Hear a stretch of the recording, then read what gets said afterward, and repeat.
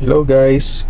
Yan. So, for this video, share ko lang yung natutunan ko ng tamang pagpapark ng automatic na sasakyan. So, before, pag nagpapark ako ng sasakyan, kunwari, galing drive, tapos nandito na sa parking. Dati, ang ginagawa ko, from drive, nakapak sa preno, tinidiretso ko sa park, tapos, tsaka ako nagka-handbrake.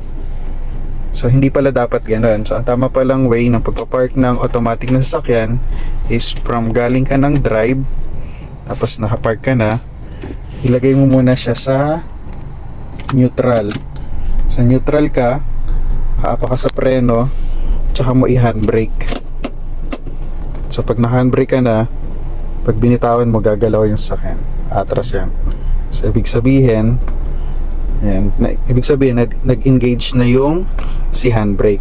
Kasi ang tendency pagka inuna natin yung park, tapos sinuli natin yung handbrake, ang tumatanggap nung pressure o nung bigat ng sasakyan is yung pin nung transmission, which is hindi maganda sa transmission natin kasi yung bigat sa kanya lahat napupunta.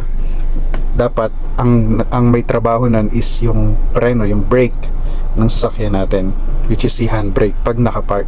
So ngayon, pagka nakaganyan na, nasa neutral, syempre kailangan natin ilagay sa park, pero dadaan ka pa ng reverse. So para safe, apakan mo yung preno uli, tapos pwede mo na siyang ilagay sa park.